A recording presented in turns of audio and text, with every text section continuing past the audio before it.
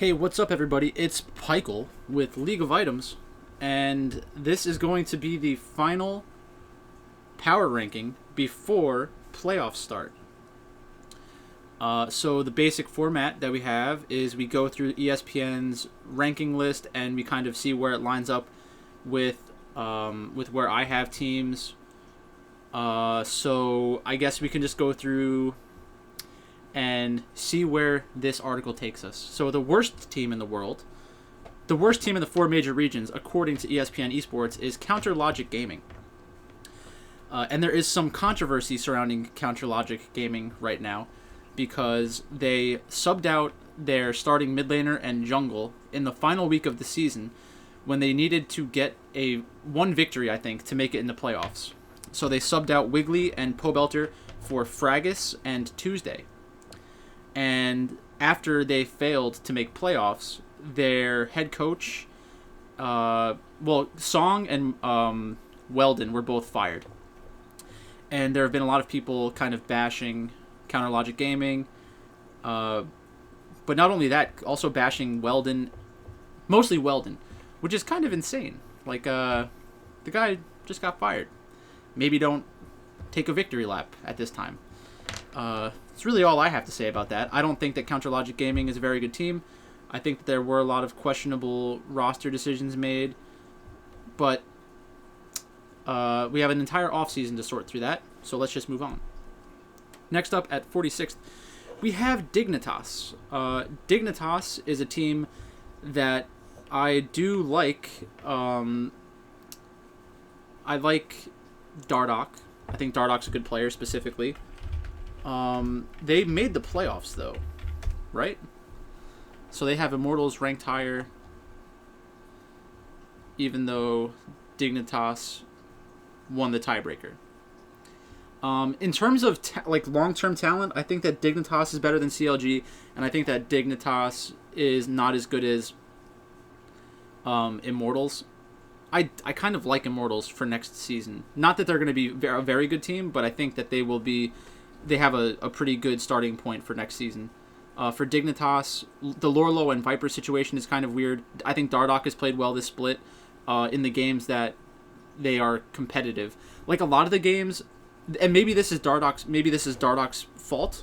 I don't know. But there are a lot of games where they just seem to give up, and that might be a Dardoch thing. I'm not sure. So we have two of the three worst teams in North America at the bottom of the four major regions, which makes sense because LCS right now is the weakest out of the four major regions, so that's fine. We have the worst team in Korea as Hanwha Life. I don't think this is accurate. I think that Hanwha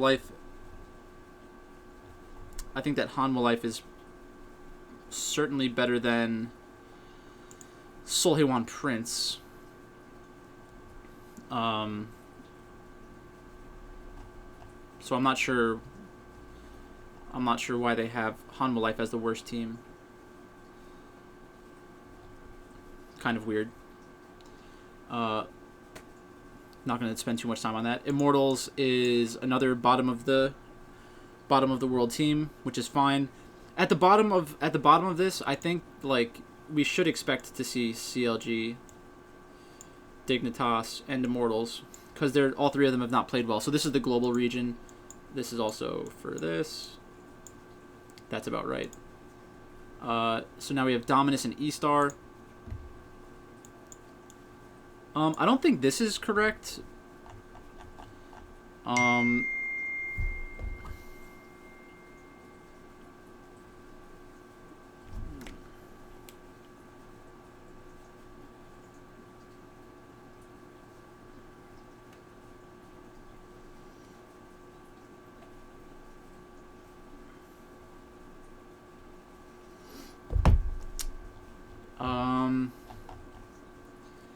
Let's go to the LPL.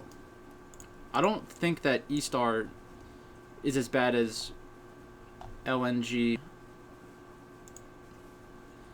or Dominus. Because, like, this is why you can't really only take the records into consideration, because, like, when you look at E-Star and LNG, I mean, they're both pretty bad. Like, it doesn't really matter at the bottom of these.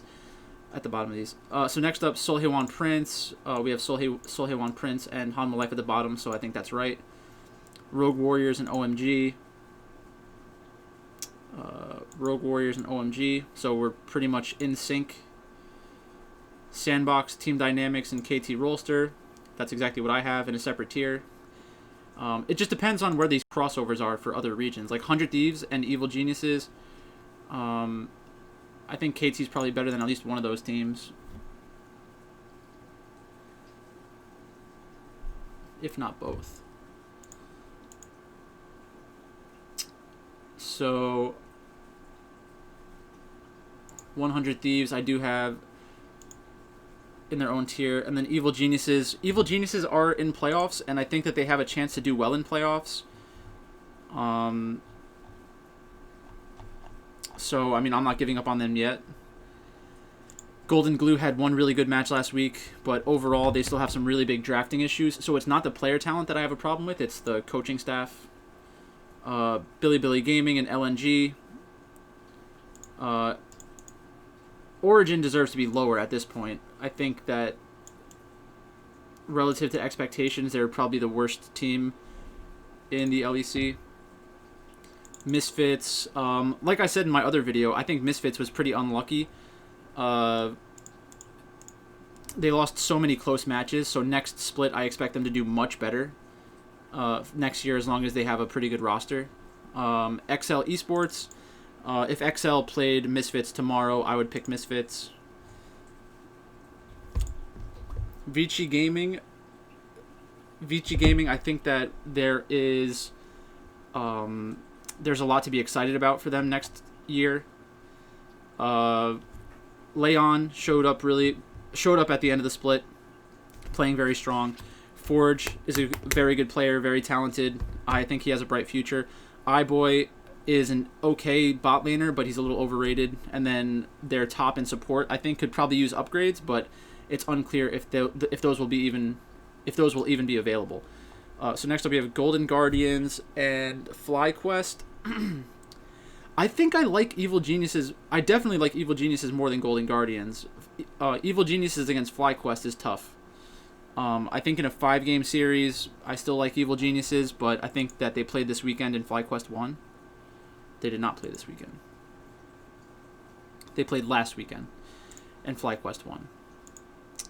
But in that matchup, I just see Evil Geniuses being able to win a best of 5. A Freak of Freaks and SK Gaming. So, I mean, a Freak of Freaks is much better than SK Gaming, in my opinion. I think that SK has done pretty well this season. I don't have a problem with them, but they're not in the top. They're not in the top of their own region. Neither is a Freak of Freaks, so I guess that's fine. Next up, we have Fnatic. So there's no way that Schalke is better than Fnatic.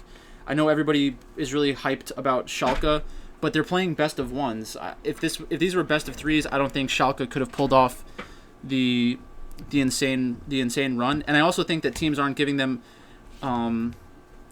they're not drafting against them, taking them seriously. So in the playoffs, I think that Schalke should lose in the first round, because anybody drafting against them should be able to neutralize Gilius and then just win the game. EDG is another team that I like for the future. I think Xiaoshang played really well at the end of the split. Jai is obviously the answer in the jungle moving forward. Scout, Hope, and Mako are all good players. LGD I expect them to do okay in playoffs, but they have a tough first-round matchup against World Elite. I think that I prefer World Elite because they have multiple ways of winning. It's going to come down to Xie, I think. Peanut and Xie against Beishang and Teacher Ma. I think I prefer Peanut and Xie in that matchup. But World Elite does have the better AD carry. So tough to say. RNG did not make playoffs, but is ranked higher than LGD and EDG. Well, I guess it's fine. I don't like RNG that much right now. I think that they do have an okay core moving forward. I think Xiaolong Bao is a good jungler. I don't like their top laner. I think Nu is pretty weak. At least he was weak this split. Xiaohu, Gala, and Ming are probably the players they'll use moving forward. FPX. So they were unlucky last weekend because they had to play they couldn't play LWX because of health reasons, but I think FPX is going to have a good run in the playoffs. Gimgoon or Khan in the top lane are above average top laners probably. Khan's better than Gimgoon overall, but right now they need Gimgoon for some reason. Like they're just not playing well when Khan is in. Maybe it's a patch thing. Maybe it's a matchup thing. They could probably draft around it better, but they haven't been. So if you can't draft correctly around Khan, then you should probably play Gimgoon for now. Tian, Duanbi, LWX, and Crisp. That's fine. TSM and Cloud9 both being ranked above FPX is hilarious. Like, if Cloud9 or TSM played FPX, the money line would be like... If it was FPX against TSM, it'd be minus 200 FPX. If it was FPX against Cloud9, it would probably be like minus 150 or minus 130 for FPX, and that's because people are going to overvalue Cloud9, and then you just play the short favorite. Team Liquid. I still like Cloud9 more than Team Liquid. I can't change my mind about that until playoffs. Mad Lions dropping down because they looked a little bit weaker in the last couple of weeks, but they're still one of the 3 best teams in Europe, probably one of the 2 best teams in Europe. This is just like an overreaction to how they've looked recently, which is requiring the rankings to get jumbled up. They had 2 losses in the final week, one against Rogue, one against Schalke. Like, I honestly think that if I'm Mad Lions, I want Schalke to be in the playoffs because they're not good. So if Schalke somehow makes a run in the playoffs, I think Mad Lions is just going to be able to beat them easily. And then number 11, we have V5. So V5 has been losing a decent amount at the end of the season after a really strong beginning of the season, which is not surprising to me because they're not as good as their early performances are, but they're also a style that's not... I don't think the style is really going to work out too well in playoffs. It'll be interesting to see how the drafting meta kind of figures itself out, because I think a lot of teams are drafting poorly right now. Like, I think all around the world the drafts are pretty bad right now. They're just overvaluing certain AD carries and opting into certain kinds of games that they don't have to, which is pretty stupid. It would be like if two ground and pound teams played against each other in the NFL, and one is much better at ground and pound, and then the other team just did it anyways. Like, that's just stupid. Like, why would you do that? They're better than you. All right, so let's get into the top 10 and read some blurbs. Number 10, Sunning. It often seems as if 10th place is a carousel of teams vying for readers' attention if anyone dares look past the numbers, and the blurb becomes a pitch. Well, you've done a bad job with all your pitches. This week it's Sunning's turn due to their Week 10 wins over Vici Gaming and FPX to secure a spot in the quarterfinals, while fellow quarterfinals hopeful V5 unexpectedly lost to EDG. Bad sentence. Sunning kicked off spring with a horrid showing against LNG Esports, where, despite the 2-0 win, it seemed like both teams were content to do nothing early until their opponents made enough mistakes to capitalize on for a win. Sunning still isn't the most proactive early game team, especially in the LPL, but they've made ground here as shown by SFM's performances against Tian to earn them a quarterfinal spot. That sounds like somebody that doesn't watch Sunning. And to break it down into an SFM versus Tian match where LWX wasn't playing, and to talk about the first week of the split, where like they were fine against LNG. Like, how I don't know how you could watch that match. That was like the Nidalee meta, right? And they just played Nidalee and won the games easily. Like, I don't know what Emily's talking about. G2 Esports. G2, old reliable. If there are 3 words to describe their split, despite the hiccups, the roller coaster ride, the unexpected losses, they are never in doubt. Like Trevor Quickshot Henry said on the LEC broadcast, G2 have earned their place in the best team in the LEC discussion, no matter how much of a setback they experience. They weren't even sniffing first place for much of the split, yet we still included them in the discussion of who will win playoffs, and rightfully so. Because when their backs are against the wall, G2 will rise to the occasion. They went 3-0 to secure 3rd place in the LEC and earn a 11-7 record, and most definitely are the team a majority of fans and analysts will pick to win the summer split. So I don't care about all that. I don't know if that really justifies putting them in the top 10 in the world, because I don't think that they are that good right now relative to other teams in the world. Rogue.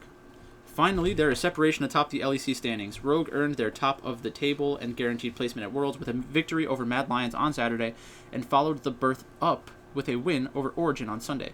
Though the team has looked shaky in moments to split, there are certainly more flashes of brilliance than not with the Blue Hoods, who will return to the world stage for the first time in 4 years. They look poised for a deep playoff run, particularly when their unorthodox style of play pays off.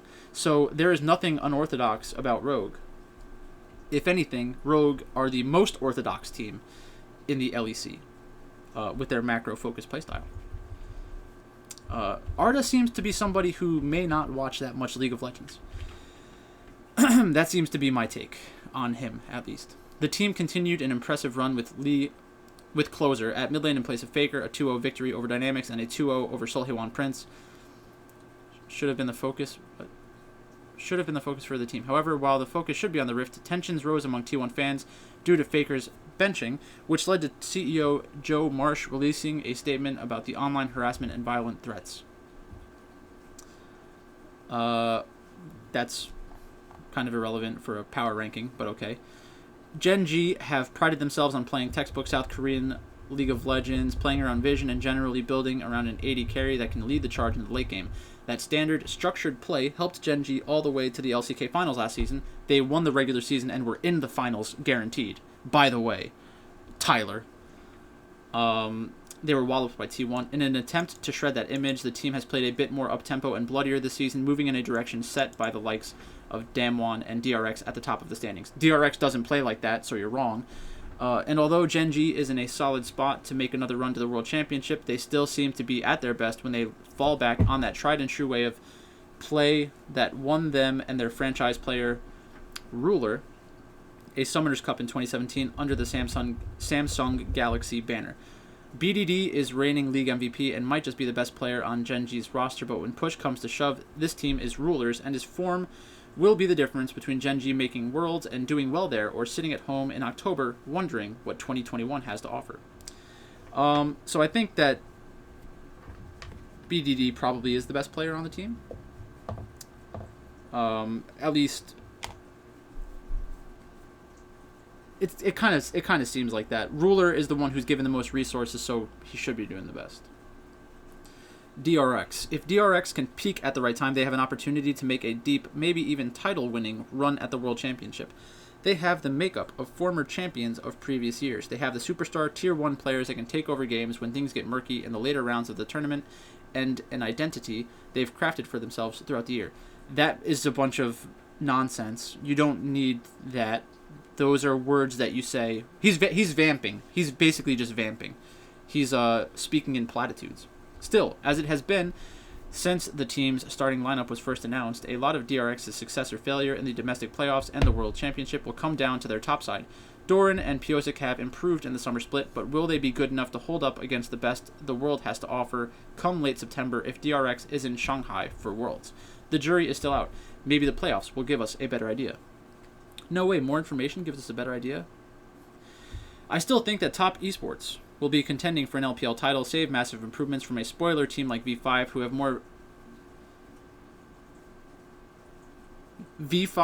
have more visibly obvious untapped potential.